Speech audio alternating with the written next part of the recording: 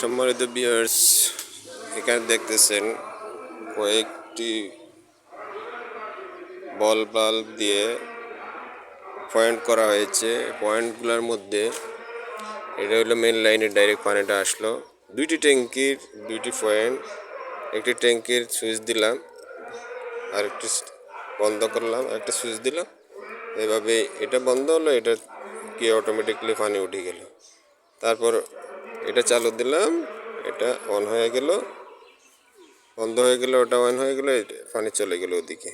আর directly আরেকটি point, এটা direct দিয়ে দিলাম। কোনো সময় ইমার্জেন্সি পানির জন্য এটা ডাইরেক্ট দিলে সব ঘরে ঘরে সব টেপে পানি চলে যাবে।